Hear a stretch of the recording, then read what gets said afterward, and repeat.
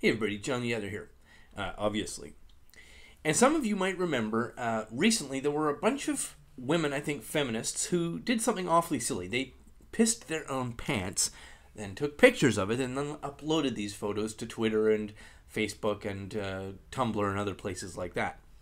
And we all laughed at them. Everybody thought, what a bunch of idiots. What kind of a moron would do that? Well, what kind of a moron is somebody who got pranked by somebody at 4chan being convinced that this was a public demonstration of support for women who were victims of violence or some silly bullcrap like that.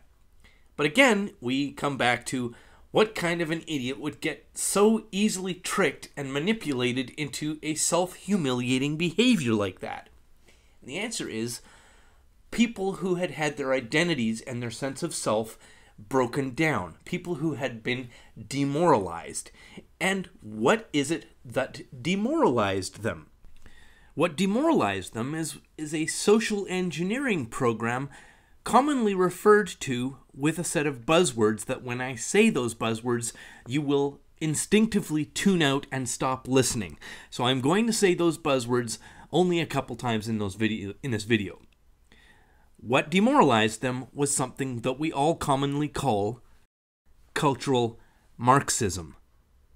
I hope you haven't tuned out. I hope you're still listening. I'm only going to say it one more time in this video. The question I'm going to ask is, what is cultural Marxism? You still with me? Great. Here's the answer. A system of social programming which is comprised of language programming and ideology propagated in media, and its purpose is to degrade and demoralize you and break down your identity. Now, I've just thrown a whole bunch of buzzwords at you, so I'm going to have to explain them. What is, first of all, social programming? Well, that is the process by which ideas and beliefs are ingrained into you, into me, into the guy sitting next to you. That this thing, the buzzword, is a system of social programming that is built from two other smaller components. One is language programming. And what is that, I hear you ask? Language programming is the creation and the spreading of phrases which convey ideas that we are supposed to accept and internalize, bypassing our rational minds, so that we don't examine these ideas too closely, possibly rejecting them because of their illogic or their falsehood. Now, social justice is one of those terms, one of those phrases. It sounds positive. It includes words like social and justice. How can you possibly reject it and still be a good guy? Well, rationally, social justice is not justice, and it's downright antisocial. In fact, social justice is antisocial injustice, as practiced by a cult-minded mob.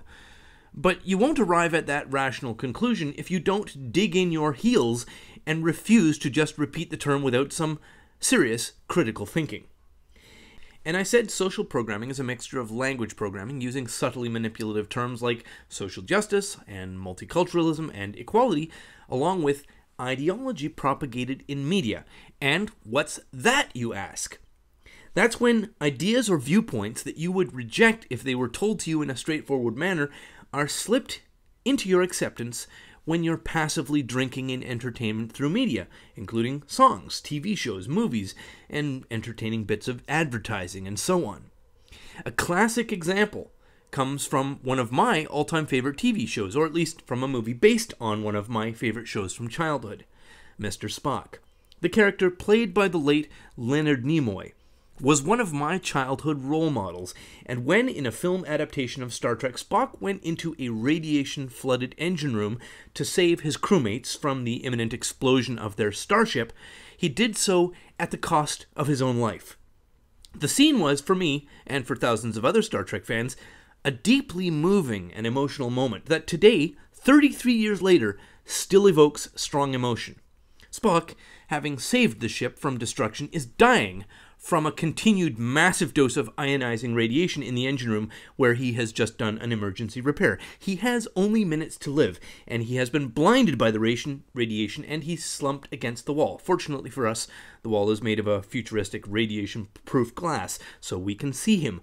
But his crewmates can't open the door to get him out, because that would flood the rest of the ship with deadly radiation, killing the crew that Spock has just sacrificed himself to save. Kirk, The captain rushes to the window. He presses his hand against the glass. He is clearly in deep distress. To see his closest friend mortally wounded, blinded, and dying and unable to help him, Kirk's pain mirrors our own. And he cries out, "Spock!" And Spock, being close to death, climbs painfully to his feet. He can barely speak, and he croaks out the words, "Ship out of danger?" The only comfort Kirk can give his friend is that Spock's repairs have saved the ship and its crew. He says, "Yes." And then the actor, Leonard Nimoy, delivers this line in the character of Mr. Spock.